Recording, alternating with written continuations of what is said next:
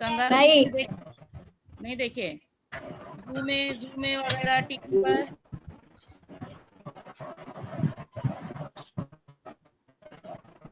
TV पर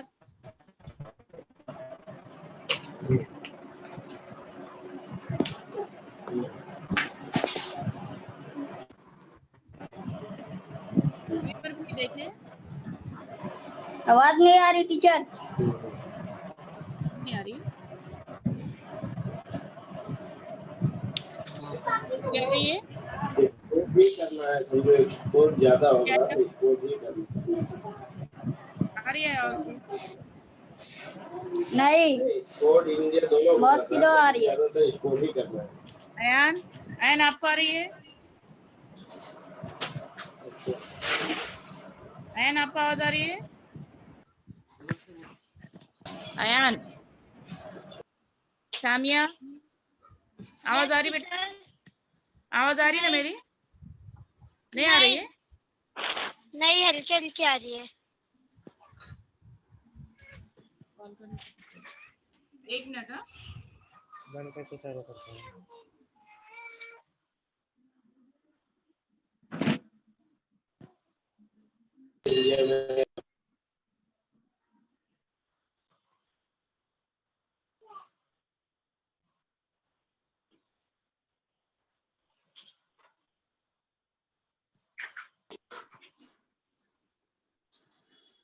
hello. अभी आवाज आ रही है? हाँ। हाँ, चलो अभी शुरू करते हैं अपन। The duck and the kangaroo. Kangaroo आपने टीवी पे देखे है क्या? हाँ। हाँ, कैसा होता है? उसके पैरों की शक्ल कैसी होती है? क्या हुआ? पैर किस तरह के होते हैं उसके?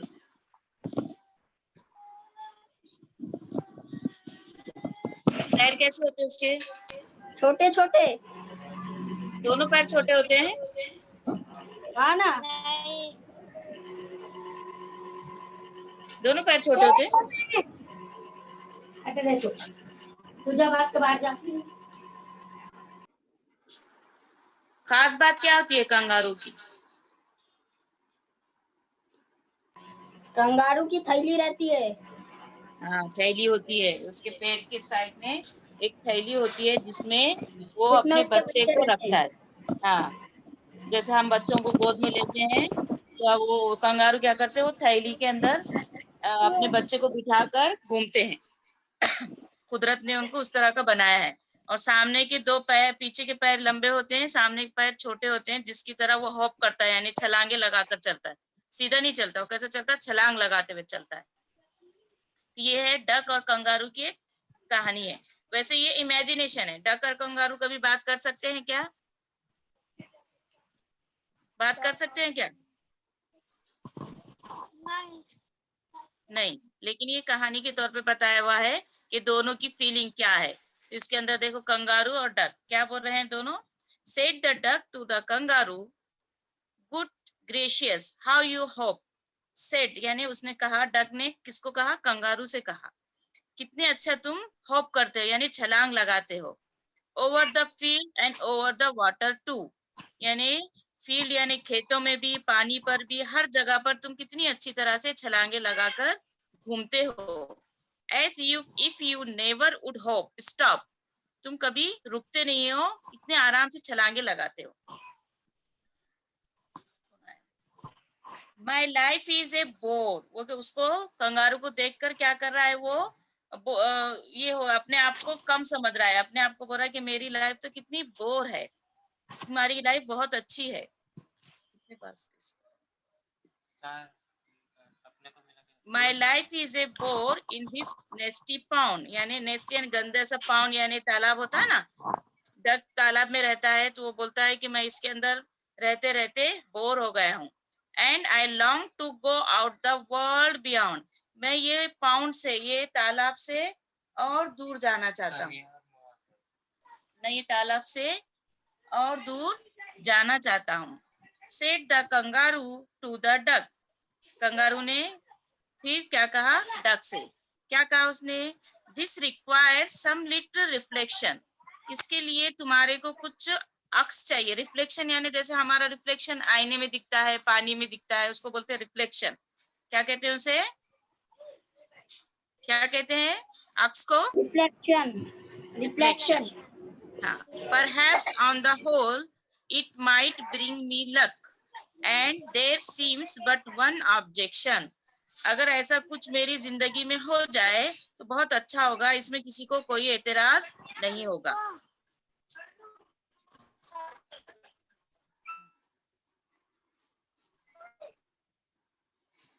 और एक बार टच करो और उधर आगे और इधर। विच इज यानी कौन सा, क्या करेंगे तो होगा पूछ रहा। If you will let me speak so bold. अगर तुम मेरे को जुर्रत से, बोल्ड यानी एकदम अपन नीडर बोलते हैं ना, कितने नीडर से बात कर रहे हैं, बोल्ड बोलना बोलते हैं उसको। क्या बोलते हैं? बोल्ड यानी नीडर बने से बात करना।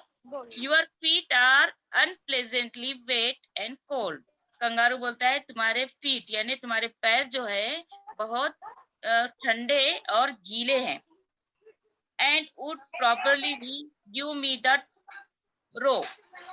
मती सेड द कंगारू। कंगारू ने कहा कि तुम्हारे पैर गीले हैं, वेट यानी गीले, एंड कोल्ड ठंडे हैं, तो ये तुम्हारे को मैं बताना चाहता हूँ, वो कहता है उसे।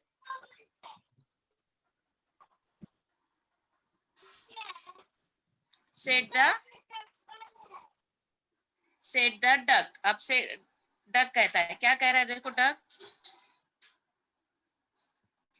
As I sat on the rock, I have thought over the completely, and I bought 4 pairs of worst socks, which fit my web feet neatly। यानी वो बोलता है as I sat on the rock, जब मैं पत्थर पे बैठा, I have thought मैंने सोचा, over the completely मैंने अच्छे से सोच लिया। क्या सोचा उसने? And I bought 4 pairs यानी उसने 4 पेयर यानी पेयर यानी जोड़ी, कोई भी चीज की जोड़ी होती है। किस किस की चीज की जोड़ी पहनते हैं हम बताओ? जोड़ी में कौन कौन सी चीज लगती है? जूता, जूता चप्पल, हाँ और gloves. Gloves. Very good.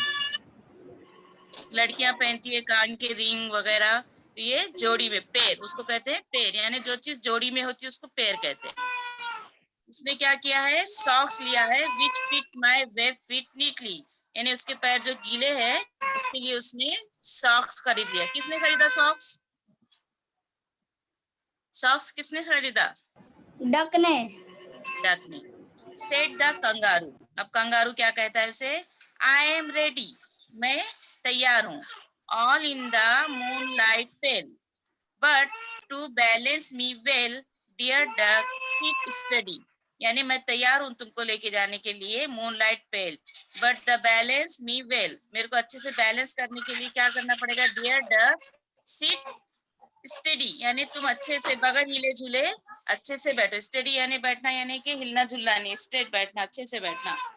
And quite at the end of my tail मेरे एंड यानी दुम के कॉर्नर पर स्टडी बैठो यानी बगैर हिले जुले तुम बैठ जाओ। So away they went with A hop and bound. अब क्या हुआ? वो छलांगे लगाते हुए दुनिया की सैर कराने के लिए ले गया। And they hop the whole world 3 times round. ऐसा कितनी का है? दुनिया को कितनी टाइम राउंड उसने घुमाया? 3 टाइम। ये ऐसे उसकी ख्यालों की बोली है, ऐसा रियल में ऐसा नहीं हो सकता है।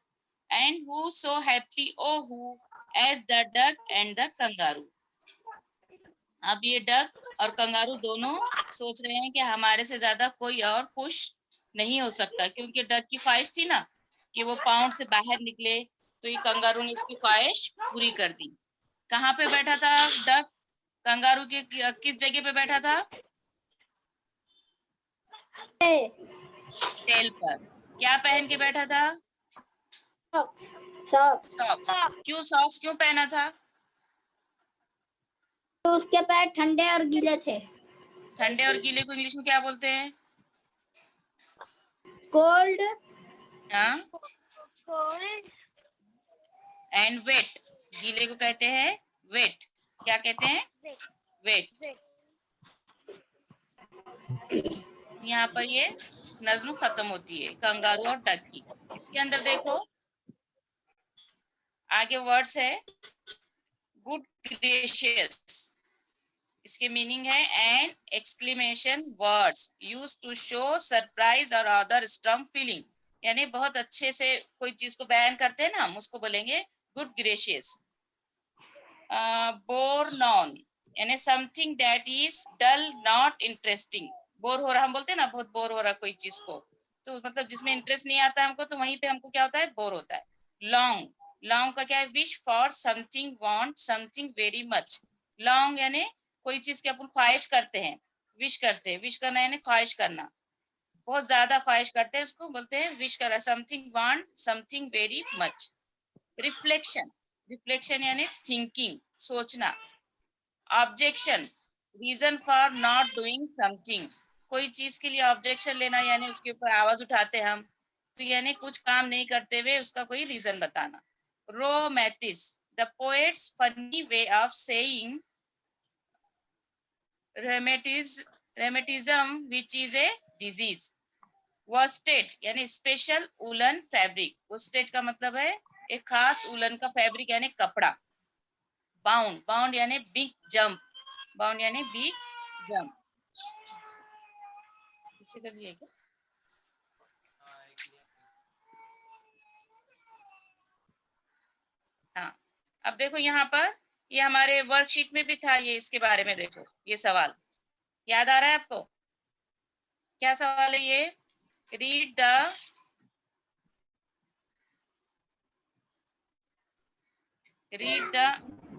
read aloud the following words, note the difference in the long and the short vowel sound। Wavell किसको बोलते हैं मालूम है ना आपको? कौन कौन से लेटर्स है वावेल के? वावेल के कौन कौन से लेटर्स है? EOIL। हाँ, एल आता है। कितने होते हैं वावेल? 5 22। 5 5 कौन कौन से? ए ई आई ओ यू। EOAIL। एल नहीं आता है, ए ई आई ओ यू, वावेल। भूल गए क्या वावेल्स? अब यहाँ पे कुछ वर्ड दिए हुए हैं, जैसा बोल रहे हैं यहाँ पर एक है ना, कैसा बता रहा, लॉन्ग एंड शॉर्ट, यानी कुछ लफ्ज को हम जल्दी से पढ़ते हैं और किसी को क्या करते हैं थोड़ा सा खींच के पढ़ते हैं। जैसे यहाँ फिट, फीट है ना, फिट को कैसे पढ़ते हैं हम? जल्दी से पढ़ते हैं, FIT फिट, FEET फिट कैसे पढ़ते हैं? फीट, कैसे पढ़ते हैं हम उसको? फीट। आई भी वावेल है और ई भी वावेल है, दोनों का ई साउंड है, लेकिन कैसे पढ़ रहे हैं? Fit, feet. ये वर्कशीट में था, याद है? वर्कशीट जो लास्ट टाइम करे उसके अंदर था ये। Bit, beat, hit, heat, sit, seat, pick, peak, chick, cheek, टिक, टीक, लिक, लीक। इस तरह से ये वावेल के साउंड्स है। नीचे का जो क्वेश्चन है इसके अंदर क्या बताया हुआ है कि यहाँ पे कुछ अल्फाज है, ये जुमले दिए हुए हैं जो अपने स्टोरी में जो जो आए हैं उसको कौन सा पहले हुआ कौन सा बाद में वाकया हुआ उसको सीरियल से लगाना है। अब ये उस नीचे वाले इसमें देखो यहाँ पर, ये बड़ा करो, करो ना, उससे ज्यादा नहीं होता नहीं हाँ ये क्वेश्चन है, यहाँ पे क्या बोल रहा है? Use other words in place of the highlighted words to make meaningful, यानी इसमें जो हाईलाइट किया हुआ है जो रेड कलर में दिख रहा है ना,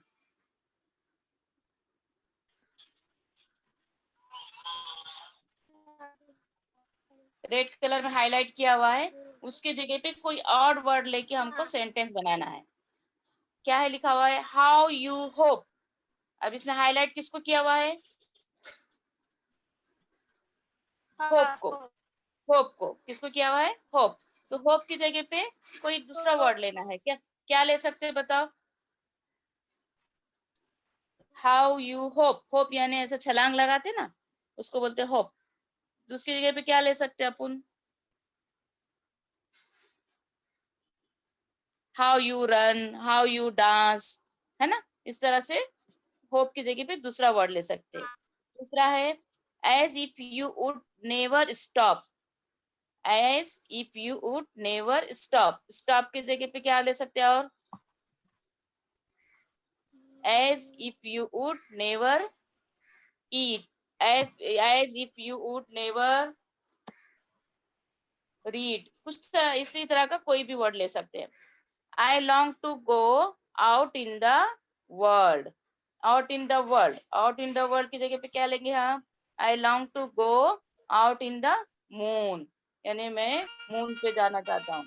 आई wish I could, I wish, wish यानी ख्वाहिश है, जो चीज नहीं होती है उसकी हम ख्वाहिश करते हैं ना। यहाँ लिखा हुआ है होप लाइक यू, जो डक बोल रहा था उसको कि तुम्हारे जैसे मैं छलांग लगाना चाहता हूँ। तो अपनी और अपनी भी होप हो सकती है। क्या करना चाहते हैं हम, जो कि पॉसिबल नहीं है लेकिन हम चाहते हैं कि ऐसा हो। बोलो क्या उड़ना, करना चाहते हो? हाँ, उड़ना, हवा में क्या उड़ना, करना? उड़ना, पंख उड़ना। से हाँ, उड़ना, उड़ने को क्या बोलते हैं इंग्लिश में? फ्लाइंग। फ्लाई। हाँ, आई wish I could fly, I wish I could fly like bird, किसके जैसा? बर्ड की तरह हमको उड़ना दिल बोलता है। उसके बाद नीचे है who so happy, oh who as the duck and the kangaroo. तो हैप्पी की जगह पे और क्या ले सकते हैं? Who so pretty, who so beautiful, है ना। इस तरह से हम दूसरे वर्ड लेकर भी हम अल्फाज को बना सकते हैं। तो आपको ये सबक समझ में आया? सबक समझ में आया क्या हाँ सामिया? हाँ समझ में आया ना? तो इसका आपको एक्सरसाइज ये जो पीछे दी हुआ है page number good 70। Morning ma'am. कौन आया गुड मॉर्निंग बोल रहा है अभी? कौन है? नाम बताओ अपना। हम्म, हाँ हेलो, बोलो बोलो बेटा, कौन बात कर रहे? Hello, hello ma'am. कौन बात कर रहे? मुजम्मिल। हाँ मैम। अब पीरियड खत्म हो रहा, अभी आए तुम, क्यों लेट कर दिए? लेट हो गया मैम, मालूम नहीं था। मालूम नहीं था। अभी पीरियड खत्म हो रहा है, इसकी लिंक मैं डाल दूंगी अभी इसके ऊपर अपने ग्रुप पे, फिर देख लेना तुम इसको। Yes ma'am. हाँ, और इसके जो एक्सरसाइज है पेज नंबर 70, ये कॉपी में लिखना है आपको। समझ में आया? हाँ मैम। पूरा इंग्लिश का लिखने का? पेज नंबर 70, इसको कॉपी में लिखना है। पूरा लिखने का मैम? हाँ, मतलब जवाब लिखने हैं उसके आपको। नहीं आएगा तो? नहीं आएंगे तो पूछना मुझे, वैसे ही अपने वर्कशीट में बता चुकी हूँ मैं ये। एक तो वावेल साउंड है, फिट फीट वाला, कौन से लॉन्ग है कौन से शॉर्ट है आवाज वाले, जैसे फिट शॉर्ट है कि लॉन्ग है? फीट क्या है? लॉन्ग है। फिट क्या है? शॉर्ट है। इस तरह से हिट, हीट, हिट क्या है? शॉर्ट है। हीट क्या है? लॉन्ग है। इस तरह से वावेल साउंड को अलग करना है। फिर नीचे का जो सेंटेंसेस दिए हुए हैं कि कौन सा वाक्य पहले पेश आया कौन सा बाद में, जैसा the duck told the kangaroo about his wish the duck was bored. तो डक वाज बोर्ड पहले आएगा, क्या वो अपनी विश पहले बताएगा? क्या है इसके अंदर ये नज़म में? विश बताएगा जब पहले। हाँ, तो पहले शुरू अपने को नज़म को ध्यान से पढ़ना पड़ेगा कि कौन सा चीज पहले बोली हुई है कौन सी चीज बाद में। तो वो चीजों को आपको सीरियल से लगाना है, आगे पीछे दिया हुआ है। और उसके बाद है ये हाईलाइट किया हुआ है जो, उसको आपको चेंज करके वहां पे अपना कोई वर्ड डाल के इसको रिपीट लिखना है, इसको फिर से ये वाला। ठीक है? अभी जब भी पीरियड रहेगा सुबह भी मैं डाल दूंगी, आप मदरसा जाने से पहले देख लिया करो माज, हाँ समझे? या हाँ आते के साथ देख लिया करो, 12 बजे के बाद ही रखूंगी मैं पीरियड इंशाल्लाह। तो आते के साथ हाँ। पहले एक बार मोबाइल देख लिया करो। कितने बजे आते हैं आप वहां से? 11 बजे, 11:30। अच्छा, रात एक साथ देख लिया करो फिर ना बेटा, हम्म, फिर तो मैं एक एक को फोन करती रहूंगी तो पीरियड का टाइम खत्म हो जाता है, फिर कैसे मैं पढ़ाऊंगी। हम्म। ठीक है चलो, अल्लाह हाफिज। अल्लाह हाफिज।